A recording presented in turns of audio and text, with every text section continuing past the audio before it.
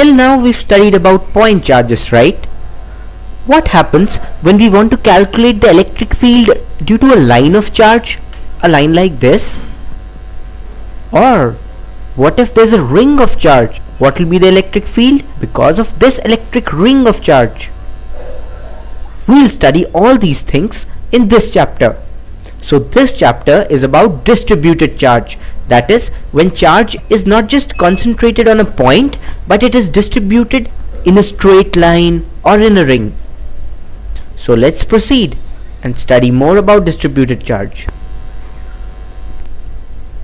So instead of the electric field of a charged particle, which we used up till now, let's calculate the electric field due to a line of charge. A line of charge simply consists of a thin rod which is charged. Now, how do we go about calculating the electric field of this line of charge? You see, we can break up this line of charge into many small point charges. After all, if we break up this line of charge, we'll get small point charges like this, correct? Now we can calculate the electric field due to one of these point charges at any point in space. Okay, this small point charge into which we break up this line of charge is called the element of the line of charge. And we can integrate the electric field because of each element of the line of charge. That is, we can add up the electric field due to all these elements to finally calculate the electric field of the entire line of charge. Let's see how we do it. There is this line of charge. You can see it on the screen. And we have to calculate the electric field at this particular black dot that you see on your screen. This point is at a distance r from the line of charge. And this point subtends an angle alpha from one end of the rod and beta with the other end of the line of charge. So what will be the electric field because of this entire electric rod at this point? To do so, as I just suggested earlier, we'll consider a small element on this line of charge. So if we take this point here where I'm pointing my mouse at as the origin, then we can consider that this distance away from the origin is x. The width of the element will therefore be dx. Now we can calculate the electric field because of the element dx at our point, which is at a distance r from the line of charge. The angle that the element subtends at this point is theta, isn't it? D theta represents the change in the angle subtended at this point when the distance changes from x to x plus dx as we travel a distance dx along the line of charge. So this is d theta here and this is the angle theta. So now what will be the electric field at this point here because of the element dx? Clearly, if the electric field because of the element is dE, then in that case the component of the electric field because of this element dx at this point along the x-axis will be d sine theta, and the component along the y-axis will be d cos theta, isn't it? After all, this angle is theta and therefore this angle will also be theta. So the component along the y-axis will be this and the component along the x-axis will be this. And what will be the value of dE here? The value of the field due to this element here can easily be calculated by using the formula for a point charge. You see, if the charge contained in this element is dq, in that case the electric field at this point because of the element will be dE equal to 1 by 4 pi epsilon naught into dq by r square plus x square, isn't it? There is no doubt about it. After all, this distance is square root of r square plus x square. Now this distance here, this one, can also be written in terms of theta. So this distance here can also be written as r by cos theta whole square, isn't it? Because this distance into cos theta is r. Similarly, the charge dq can also be written as lambda dx, where lambda is the charge per unit length of this line of charge. Charge per unit length. So we are assuming that the charge is distributed evenly on this line of charge and the charge per unit length is lambda. So lambda into dx represents dq, the charge on this small element dx that we have taken. So when we substitute dq by lambda dx and when we substitute square root of r square plus x square by r by cos theta, we get this expression that you see on your screen, this one. So this will be the value of elemental electric field at this particular point. We can now calculate the values of dE sin theta and dE cos theta by multiplying this expression by cos theta and sin theta. We can thus calculate the electric field along the x-axis by integrating the elemental electric field integral dE sin theta, and we can calculate the electric field along the y-axis by integrating the elemental electric field along the y-axis dE cos theta. Let's do it. Before we do that, let us convert this dx element here into d theta. You see, tan theta is x by r. That is obvious from this figure. Tan theta is x by r. If we differentiate this expression, we get d theta is equal to dx into cos square theta by r. Now when we substitute the value of dx here by d theta here, we get the value of the electric field of the element in terms of d theta, isn't it? Now the electric field along the y-axis will be integral minus alpha to beta d cos theta. You see, just like there is this element here, we'll take elements subtending an angle ranging from minus alpha here to elements which will subtend an angle beta at the point of importance. So the electric field along the y-axis will be minus alpha to beta integral d cos theta. Similarly, the electric field along the x-axis because of the line of charge will be integral minus alpha to beta dE sin theta, isn't it?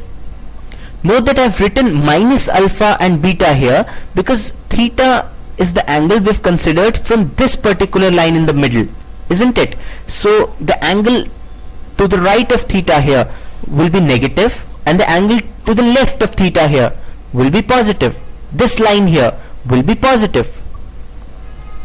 On simplifying this expression of Ey here, we get the value of the electric field along the y-axis as integral minus alpha to beta 1 by 4 pi epsilon naught into lambda cos theta d theta by r. Note that this expression is simply the value of dE that we wrote down earlier multiplied by cos theta. Similarly, integral dE sin theta becomes integral minus alpha to beta 1 by 4 pi epsilon naught lambda sin theta d theta by r.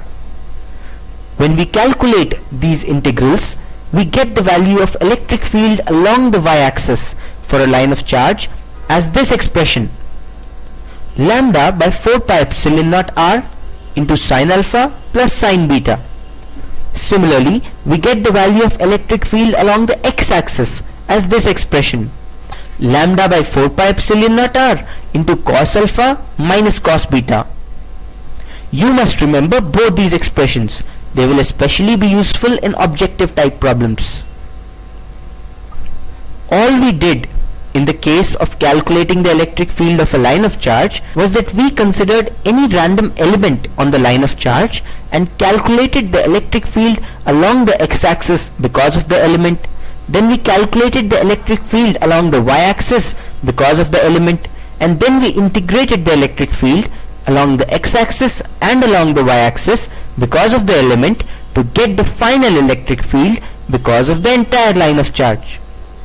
As we proceed further and as we keep using more and more elements and integrating the electric field because of the elements to find the final electric field, you'll get more comfortable with this idea.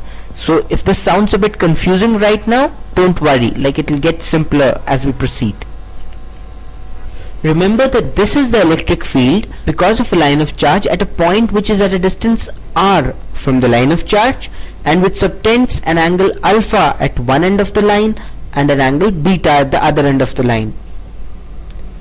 Now what if we have an infinite rod? A rod that simply does not have any end. It just comes in from minus infinity and goes on towards plus infinity. For this rod, alpha will be pi by 2 and beta will also be pi by 2. That is because, you see, this angle was supposed to be beta and this angle was supposed to be alpha. In this case, as you extend both the ends of the rod towards infinity, alpha keeps getting extended in this direction and beta keeps getting extended in this direction. And finally, when you actually have an infinite rod, then both the angles alpha and beta turn out to be pi by 2, isn't it? When you substitute the value of alpha and beta as pi by 2 in the expressions that we just obtained, we get the value of Ey, the electric field along the y-axis, as 2 by 4 pi epsilon naught into lambda by r. We get the electric field along the x-axis to be 0. You must remember both these expressions in the case of an infinite rod. It is obvious that the electric field along the x-axis should be 0. Can you guess why? You see, if you consider any element on this infinite rod here, then the electric field because of this element will be in this direction at this point. Similarly, there will also be a parallel element here whose electric field will be along this direction. Now, the point is that if the elemental fields are dE and dE for this element and this element, if this angle is theta, then dE sine theta for one element here will cancel dE sine theta for the other element here, isn't it? Similarly, there will be one corresponding element on the right for every element on the left, such that dE sine theta always cancels off. And because dE sine theta cancels off, the electric field along the x direction is 0, while the electric field along the y-axis is not 0. Understood? Similarly, we can consider another type of rod called the semi-infinite rod. In the case of a semi-infinite rod, we can calculate the electric field at a point that is just above one end of the rod and at a distance r from the rod. The semi-infinite rod extends, as you can see, from the origin to minus infinity. What will be the values of alpha and beta for this rod? Clearly, alpha will be 0 degrees. After all, the point of concern is right above this end of the rod. Beta will be 90 degrees or pi by 2. You can clearly see that because the other end of the rod extends till infinity. When you put these values, you get the value of Ex, the electric field along the x-axis, as 1 by 4 pi epsilon naught into lambda by r. You get the value of electric field along the y-axis also as 1 by 4 pi epsilon naught into lambda by r. You must again remember the values of electric field of a semi-infinite rod along the x-axis and along the y-axis. These values will be very useful in solving objective type questions. As you can see, this electric field at this point will be at an angle 45 degrees from the horizontal or 45 degrees from the line of the rod. Why is that so?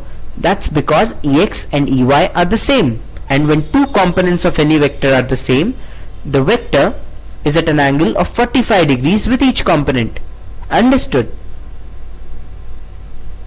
Just as we calculated the electric field due to a rod, we can calculate the electric potential because of a rod at a point that is at a distance r from the electric rod, isn't it?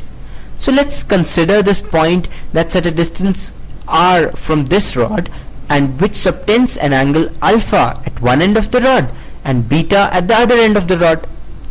Just as we took an element on the rod and integrated the field because of the element to calculate the net electric field towards the x direction and towards the y direction in case of calculating the electric field, we can similarly consider an element dx on this line of charge. We can then integrate the electric potential because of this small element dx at this point with the limits minus alpha to plus beta to calculate the net electric potential because of this line of charge at this point. The only difference in calculating the electric field and electric potential because of a line of charge is that in the case of electric potential, we do not need to consider the direction of electric potential. So we do not need to calculate the component of electric potential along the x-axis or the component of electric potential along the y-axis. We simply need to calculate the electric potential because of the element dx at this point and integrate it, because after all, electric potential is a scalar quantity. So let us first calculate dV, the electric potential because of this element at this particular point. The electric potential at this particular point because of the element dx will be 1 by 4 pi epsilon naught into lambda dx by r by cos theta. How did we get this expression? You see, the electric potential because of this element at this point P will be 1 by 4 pi epsilon naught into dq by square root of r square plus x square. I am assuming here that dq is the elemental charge. Square root of r square plus x square is clearly the distance of the element dx from the point P. Square root of r square plus x square can also be written as r by cos theta. That is because this distance cos theta is r. dq, the charge on the element, can also be written as lambda dx. After all, lambda is the charge per unit length of our line of charge and dx is the length of the element. So charge per unit length into length of the element is equal to charge on the element.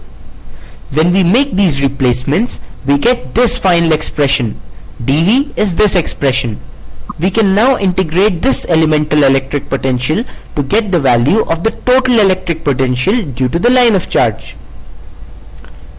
Now we can convert dx to d theta just as we did in the previous case.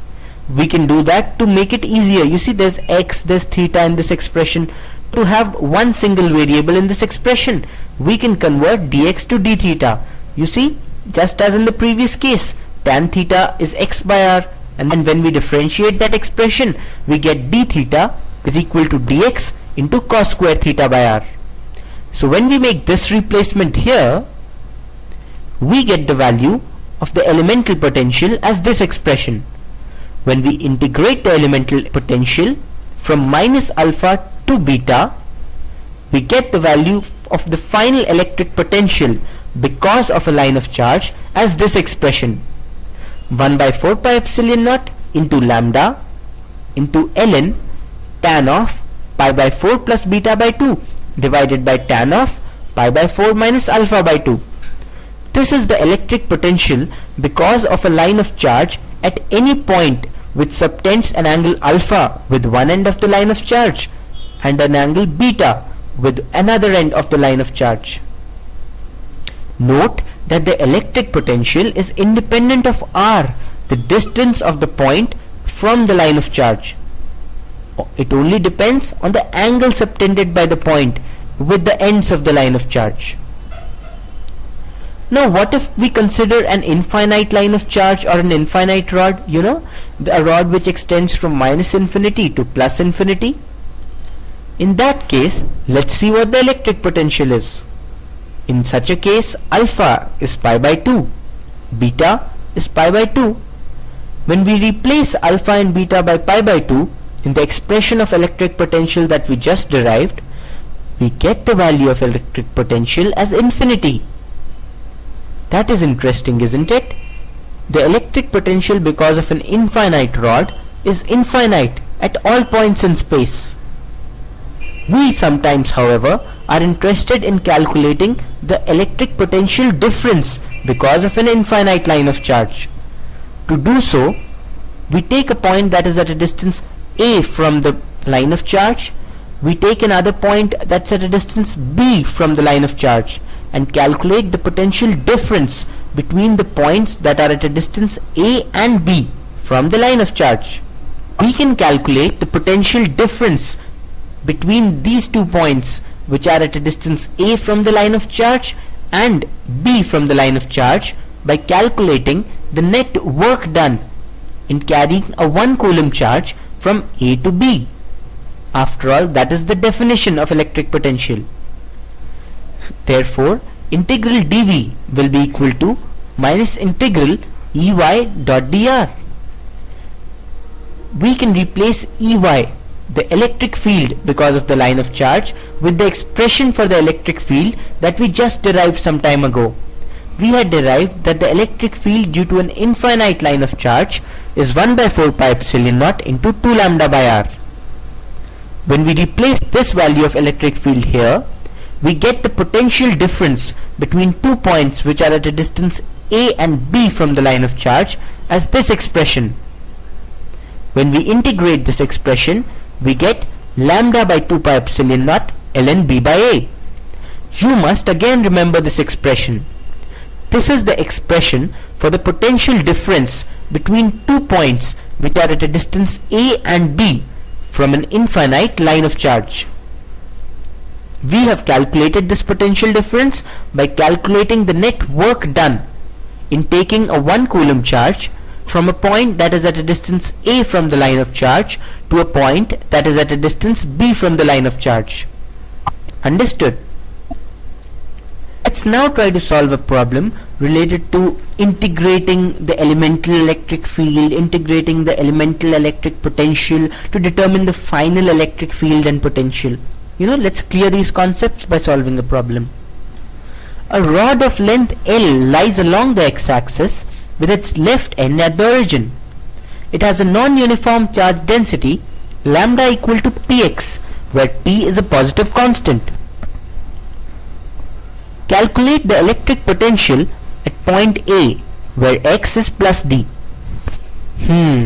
What is happening in this problem? We are actually given a rod of length L. The rod lies from x equal to 0 to x equal to L on the x-axis.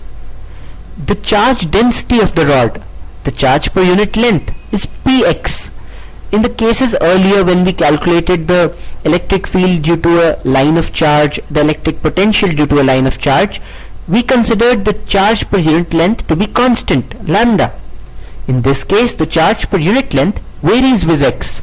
That means that for greater values of x, there is a greater charge distribution, and for lesser values of x, there is a lesser charge distribution. We have to calculate the electric potential of this rod at the point d, 0. How will we do that? As usual, we'll consider any random element dx along the rod. Now, we will calculate the electric potential because of dx at the point d, 0. We will then integrate this electric potential because of the element from x equal to 0 to x equal to L to calculate the net electric potential because of the entire rod at d, 0. So the electric potential because of the element at d, 0 is given by 1 by 4 pi epsilon naught into px by L plus d minus x dx. Where did this expression come from? You see, if the distance of this element from the point d, 0 is r, in that case, the net electric potential because of the element at d, 0 will be 1 by 4 pi epsilon naught into dq divided by r. Isn't it? Now in this case, r is L plus d minus x. Isn't it? Because L plus d is this length here and x is this length and so L plus d minus x is this length, which is the same as r.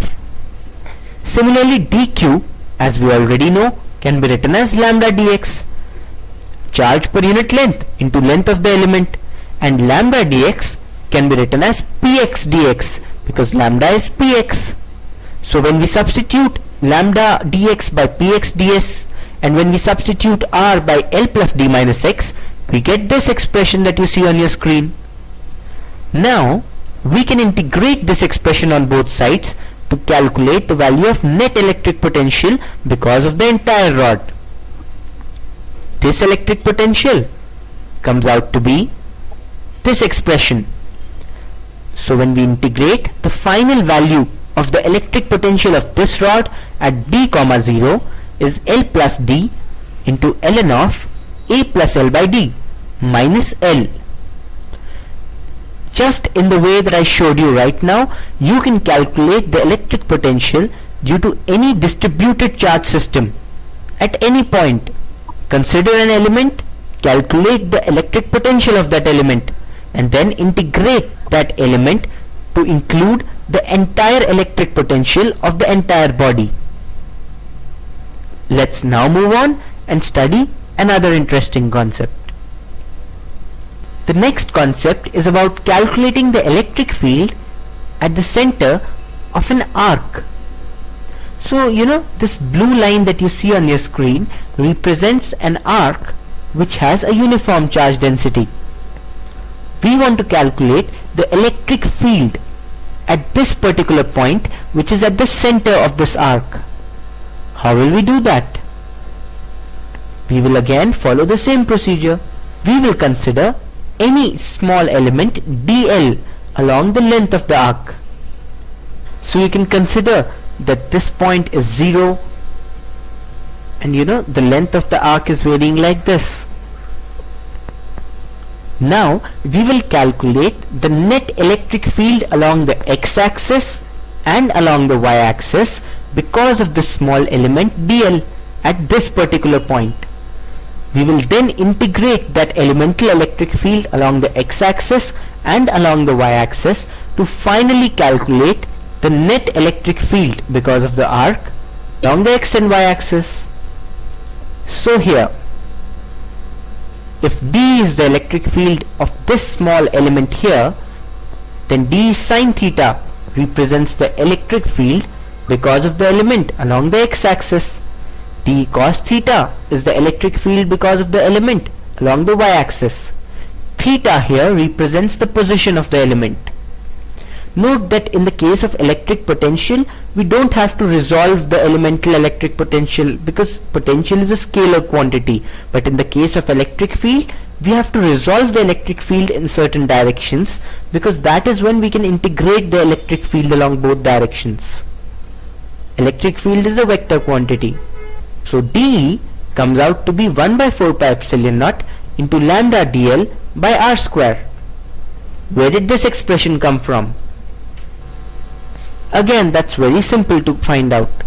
You see, the elemental electric field is 1 by 4 pi epsilon naught into dq by r square. R is the constant radius of the arc, which is also the same as the distance of the element from the point of importance. Now dq can be written as lambda dl, that is charge per unit length along the arc lambda into the length of the element. That gives us this expression of electric field. We also know that dE can be written in terms of d theta. So we can replace lambda dl by this expression. How did we do that?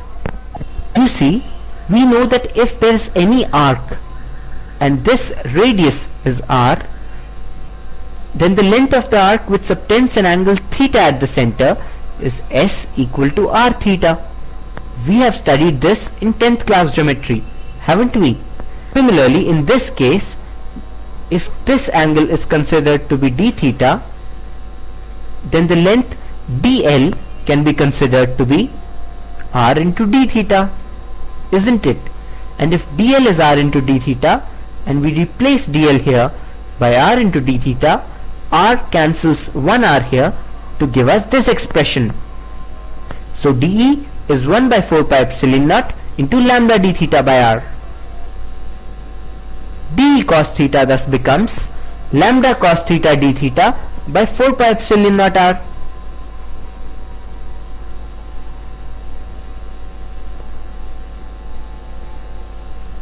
Similarly, d sin theta becomes lambda sin theta d theta divided by 4 pi epsilon naught r.